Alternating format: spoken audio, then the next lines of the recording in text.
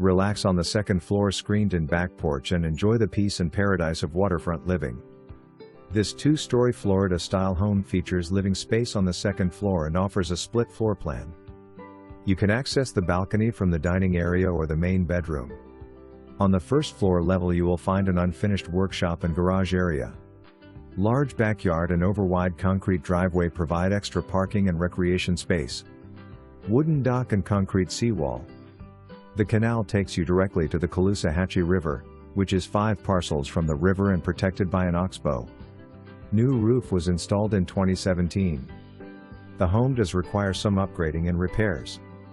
This home has unlimited potential for the end user, rehab person or investor.